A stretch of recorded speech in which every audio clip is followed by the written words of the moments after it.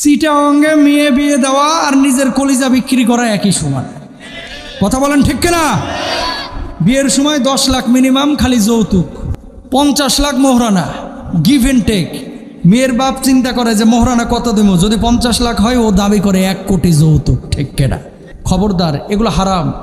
বিয়েটা হচ্ছে পবিত্র একটা সম্পর্ক। চিটাগাঙ্গের কিছু বিষয় নিয়ে কথা না বললেই নয়। কোরবানি ঈদ আসলে গরু পাঠাইতে হবে। কথা বলেন না কেন?